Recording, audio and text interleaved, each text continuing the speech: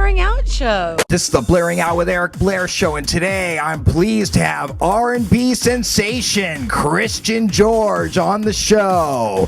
How you doing today, Christian? Good, Eric. How you doing? I'm doing great. What was your youth like growing up in Pittsburgh, Pennsylvania? It was absolutely amazing. I won a model search when I was 18. It just ended up being a vehicle for me to come out to Los Angeles. My first day in LA, I was driving down Ventura Boulevard and I saw a sign for a hip-hop dance class. I know I can dance. I won all kind of dance contests in Pittsburgh with my friends. Let me see what it's like out here. I went in and took the class.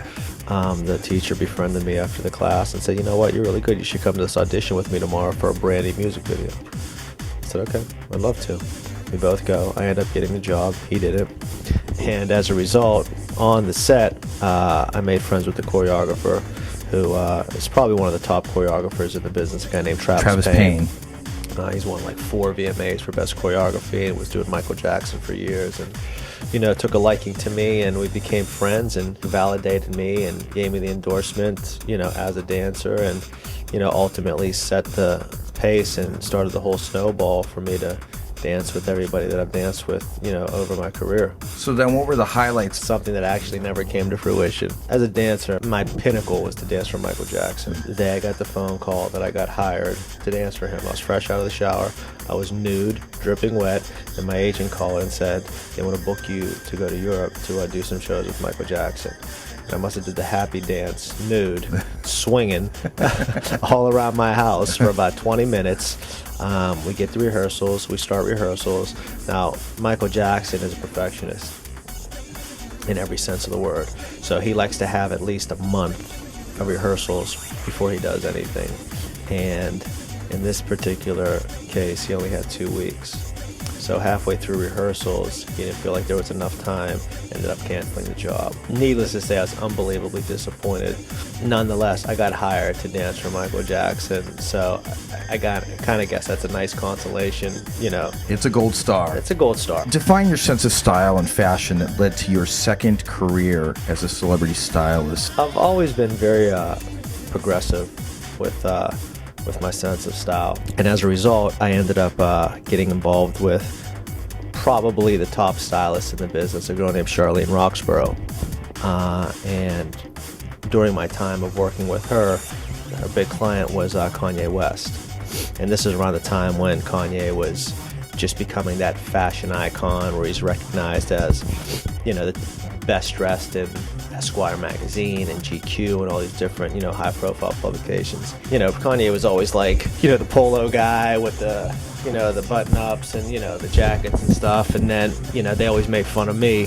Charlene, she's a dear friend of mine, so we used to poke fun at each other. Kid from back east, and came with a lot of machismo, all that goofiness, and, you know, I have hair on my chest. I used to wear a little gold necklace, wear my shirts unbuttoned, collar up, pull my sleeves up, the whole deal. Wise guy thing. Next thing I know, I see Kanye on TV, and he got hair on his chest, a little gold necklace, shirts unbuttoned, sleeves pushed up, collar up, sunglasses, the whole deal. I said, man, that looks pretty familiar. He's like, yeah, man, I got that whole style from you. He's like, I'm Jay-Z in you right now. I'm like, what's that mean? He's like, well, I was rocking throwbacks long before Jay-Z was wearing throwbacks, but he's the first one to do it publicly. So I'm like Jay-Z in your style right now. I'm doing your style publicly. I'm like, that's cool, man. It's very flattering because he is an artist in every sense of the word, and he's never afraid to be himself. And I'm very adamant about that and letting that bleed over into my whole career and image as well. What you see is what you get. I live my art. Now, what inspired you most about George Michael and Elvis Presley? Well, first Elvis Presley, he was a white act for his generation, doing primarily black music, doing it by himself on stage, and ultimately became, you know, probably the biggest thing ever. The second coming of that, in my opinion, was somebody like George Michael. He's a white act, did primarily black soul music, did it by himself on stage, and was that sort of performer, that Elvis-esque type performer. And very humbly speaking, you know, I look forward to being considered that for my generation, because that's exactly what I am. I'm a white act. I do soul, black, R&B type music. And I do it by myself on stage. And, you know, I look, you know, forward to filling those shoes, being the third coming of that. Because even though the first release off the record is a dance release, the label just figured it was the best way for me to showcase everything that I was able to do and everything that I've done with my career up until this point. I was fortunate enough to be introduced to the head of my label, a guy named Ian Hunt, who's the head of Chauncey Digital, my label, and he changed my life. What inspired the songs? Let's start off with Strangers. Over the course of making this record, I lived my life two very specific ways. I was either just a playboy and just out running around getting crazy, or I was going through a heartbreak, going through some sort of breakup that caused me to have a broken heart. Both made for unbelievable material. And Strangers obviously isn't a heartbreak song. It's about one night stands and kind of, in a sense, celebrating them and saying it's okay if you see somebody that you're sexually attracted to. It's okay as long as you're safe. Go home and be who you want to be, or even, experiment with somebody, because one night, the beauty about one night stands is chances are you might not ever see that person again. So feel free to experiment with me, because I'm definitely going to experiment with you, because you're not going to be judged. You're not going to know them long enough to have to worry about if they're going to be judging you or not the next day or 2 days later. So let's make love like strangers means, let's go there. Strictly Sex. It's about a strictly sexual relationship, and I wrote that song when I was in a strip club that I frequented. I ended up having a relationship with one of the dancers there, and she wanted it to be more than just sex.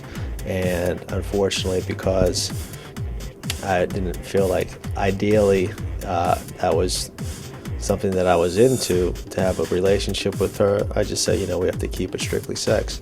And that worked for a while, and then, she wanted more, and I really wasn't willing to do anything more than that, so it had to end. Bullets. My own way of saying I was shot by Cupid.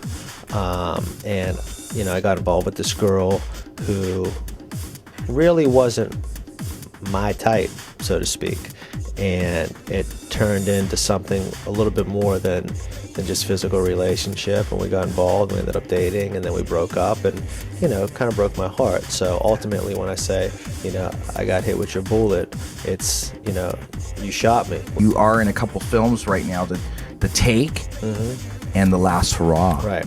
The Take happened, a dear friend of mine out here is a guy named Brad Furman, and he was hired to direct the movie The Take with John Leguizamo and Tyrese Gibson and Rosie Perez.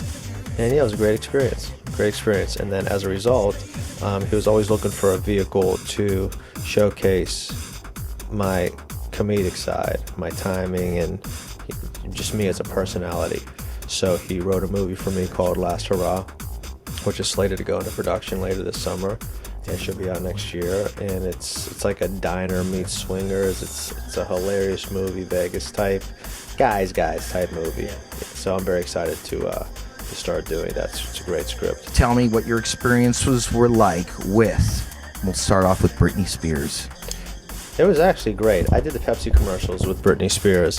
This is when she was still clean, pristine Britney. I'm in love with Justin Britney. So my experiences were great. The Britney that I knew and that I was around was just a sweetheart. Excellent. Sean Puffy Combs. He's cool. I only danced for him one time. Didn't spend too much time around him outside of rehearsals and the actual show. No real complaints about him. Will Smith. Amazing. I did the Men in Black video with him. There's an obvious reason why somebody like him is a superstar. And that is because on set, he treats everybody the same. From a PA all the way up to the director, no one's beneath him. It was really refreshing to be around somebody like that. Queen Latifah. Another just sweetheart. Very much along the same lines as Will Smith. I had a great time working with her. We did the Grammys together 2 years ago. We actually danced with Travis. That was the first time we actually danced together. Now, what are your hopes and dreams for the future? I look forward to becoming the biggest artist in the world, only because I know I can be. And what's next for Christian George? Well, we're going to start touring soon. The song just went to radio, so I'll start to make my rounds around the country and then move over to Europe and, start the whole process of conquering the world. Christian George, it's been a pleasure. Yeah, check me out at my website, christiangeorge.net. It just launched. It's unbelievable. You'll love it. You have my day-to-day. There's a hyperlink to my MySpace. Check it out.